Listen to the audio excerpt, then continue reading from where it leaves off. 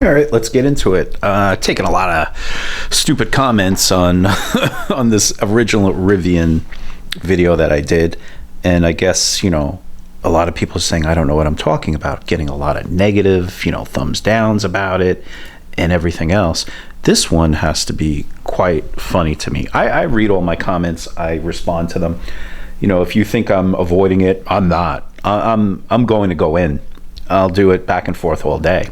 So this guy wrote to me, you need to be reported for spreading false news about Rivian because, C-U-Z, Rivian actually is doing well. I wish Rivian could sue you for defamation. Really? They're doing well. Oh, okay. So today's the 22nd, and let's see how well they're doing. Rivian said on Wednesday it's seen its production for hitting 57,000 units. Okay, well below the 80,000 expected. In terms of full year profitability, it adjusted for a loss of 270 billion versus basically almost 260 billion. Just crazy. You know what I mean? Just losing a lot of money, and they're cutting, unfortunately, 10% of their salaried staff. That's pretty messed up. It is. I don't want to see anybody lose their job, except that they actually deserve it, like most of the people at Twitter. They were useless. And I guarantee you there's a lot of fluff here at Rivian. And how do I know it? Well, I was at one of the Rivian events in Manhattan one day, and I could tell that RJ, this guy, has a lot of people surrounding him who are kiss asses. You could tell right away. They're like, oh, we got to tell RJ about this and blah, blah, blah. Very optimistic, very happy people. It's not the real world. See, I think the problem is with RJ and the people at Rivian sitting in Illinois is that they don't have anybody like me to tell them like it is. And I'm sorry, but you need it. And as a result, that's why things are doing so bad. They don't have real car guys in there. Hugs and kisses, unfortunately, is no good in this economy. Tesla says Rivian predicts, Tesla competitor predicts that Rivian will have zero growth this year. You know what? Elon's right on the money. And of course, RJ's blaming the Fed for having to cut. You know what? And I agree with that also. 8%, you have an 800 score. You now get you have an 800 score, you have an 8% freaking APR. That's nuts. I'm sorry, but it's crazy. And most of the brokesters out here, they're running around with 24% interest on many of the cars. It sucks here. Fourth quarter results. Let's see. It's going to cut the staff. Anything else cool? Some nerds on Twitter here, or X, whatever it's called this month. Interest rates are so high, I'm currently leasing a Rivian. All right, so let's go to the lease. Lease isn't that good. Originally, I thought it was, until guess what I did? Oh, by the way, my original truck now, it used to be like 99,000 change. Looked like they cut off like $1,000 off of it. I built the same exact one that I originally had. The $78,000 one with the price increase. That's their biggest problem. Their price increase. It's killing them. And who wants to buy it at this full price now? So leasing for $639, not bad, right? I'm like, wow, that's not a bad deal. Here's your problem. Out of pocket when you go there, and this doesn't even have taxes involved, $8,534 due at signing. Okay, that's crazy. That's a lot of money out of pocket. Who's really going to lease this thing for that kind of money? I'm sorry. Yeah, they're giving you 30,000 miles. That's great. It's not even like the best one. It's like the second best version. It's got the 21s on it. Supposedly it only comes in LA Silver. I don't know. They're like picking the vehicles. It's not like they don't have a whole bunch of them available, because they truly do. Then I had another idiot telling me, on the comments, what are you talking about? It takes forever to get one of these. They're not building these things. They're trying to get rid of what they have. They really are. There's a ton of these available. It says 1 to 6 weeks. Now they'll try to make it happen. They're going to throw it on a train, wherever you are. It depends on where you live. Now, I really feel bad for the truck. The truck is finished with. It really is. The truck is done. Might as well get rid of it. I think the truck is better. The truck is hot. But a lot of people do not have a real purpose for it. And the other issue is, of course, when you hook up a trailer to it, it is totally useless. And if any of you actually watch YouTube and see others that have tried to tow something, you would know the same thing, but I guess you do not. because there seems like there's definitely a lot of fanboys. All right, let me do a little other research and let's restart this video too. So here's another thing too. They had recorded 10% fall in deliveries in the fourth quarter, missing estimates, citing lack of deliveries to Amazon. See, that's a shame too. Amazon is what was supporting them, and then they're not delivering. Like, why not? You know, Amazon can bail them out. And then they go off. Remember, it's supposed to be exclusive, and then he was dying to get out of it. Like, other people are going to buy the work trucks and all this other stuff. And I really don't think that was happening. You know, the other crazy thing is that I know Amazon really wanted to compete in the automotive realm. You know, they wanted to do direct to consumer, be able to, in a sense, deliver right to them. And it's a shame. They probably could have did this with Rivian. Just real quick here, another comment. Most American-made cars are garbage and unreliable. There is a reason why some cars are much better reviews and ratings. Really? Oh, okay. So now American cars are junk. I hate the stupidity. Let me tell you something. Just about all cars are pretty decent these days. They really are. And they always have been. American cars can go tons of miles, just like anything else if you take care of something. You know, I would always say to people, they're like, oh, it's got 100,000 miles. Yeah. Do you drive it to the junkyard and crush it at that point? No, of course not. I remember being young, and when vehicles only went to 99,999, and then they would roll over. I mean, my old man had Lincolns and stuff just like that. It was like no big deal. But you got idiots like this writing stupid comments about American-made vehicles. The Rivian's American-made, the Tesla's American-made. Yeah, the Tesla has shitty build quality, but it's a good vehicle. I mean, I have one of those microwaves outside. I hate it. It's junk. But I know it's really not going to give me any issues. Not like that Model X minivan I had with the stupid doors. Don't tell me, too, that I'm not an electric guy. I am a car guy.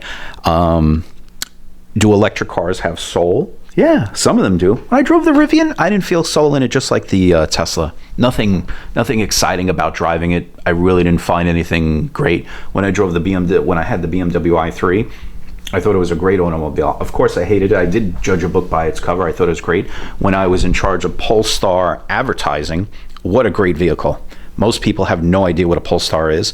And when I was doing the Polestar marketing, we were doing great. We were doing videos. We were showing the people the product. They made us pull it all down. They're like, oh, no, we don't want you to market. We want you to brand it. So I'm like, really? How are we supposed to brand this vehicle when no one knows what the hell it is? So to tell somebody what a Polestar was, oh, it's a Volvo. Oh, okay, now it makes sense. Yeah, so we didn't basically need Polestar. We could have just made them all effing Volvos. That would have been so much better, and it would have been a successful company. That company is dying out. All right? And Polestar and Rivian do have something in common. They're always doing these other stupid things like building bicycles, electric bikes. Rivian here wants to build solar farms, and they also want to put chargers in the middle of forests.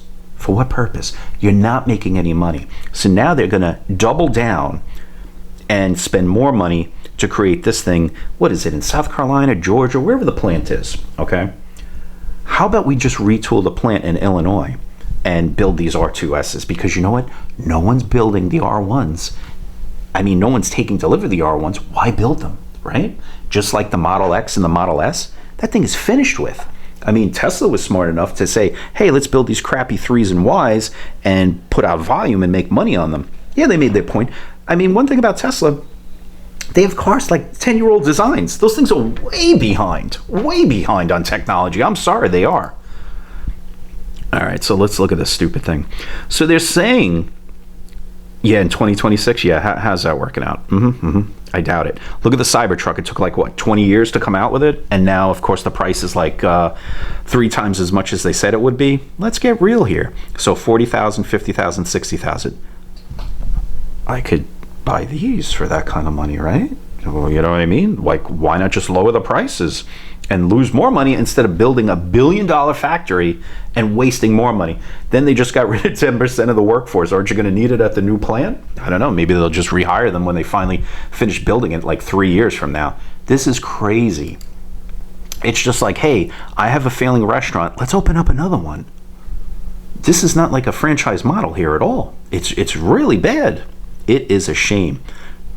And I know I'm going to get a bunch of stupid comments in here. Oh, you don't know what you're talking about. you're not professional, blah, blah, blah. Well, do some research before you try to write something stupid and have no idea. It's a shame. It really is. Yeah, I don't know. I think that they're going to blow through a whole bunch of more cash. Do I think they'll go under? Nah, I really don't, actually. As funny as that sounds, I think that they'll be absorbed by something, or somebody will just buy them out. You know, you never know. I mean, maybe there's a big stockholder in it. Maybe Jeff Bezos bails them out. I doubt it, though. I think he's kind of done. But, you know, the bad thing is that it kind of hurts the value of the vehicle too. Those people who have already purchased these things and everything else, now what? Tesla keeps reducing its prices. They're smart. They are almost like killing other electric vehicles. You know, they are the Apple. You know, they've conned everybody, like just like Apple's the greatest thing in the world. And yet they're so behind.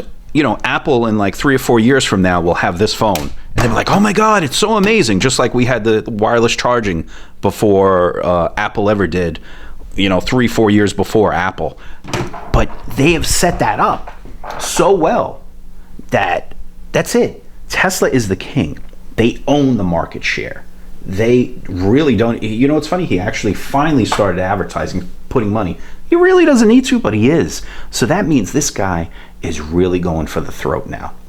And he means business. So just think about that. He means business. Isn't that a shame? All these little, let's go up here. All these little spaces they created.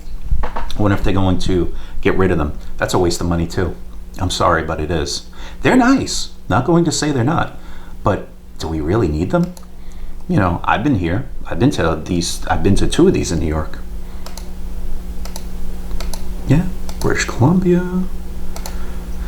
California has 3 of them. Atlanta. How many? Oh, Washington State. Okay. Yeah. But I don't know.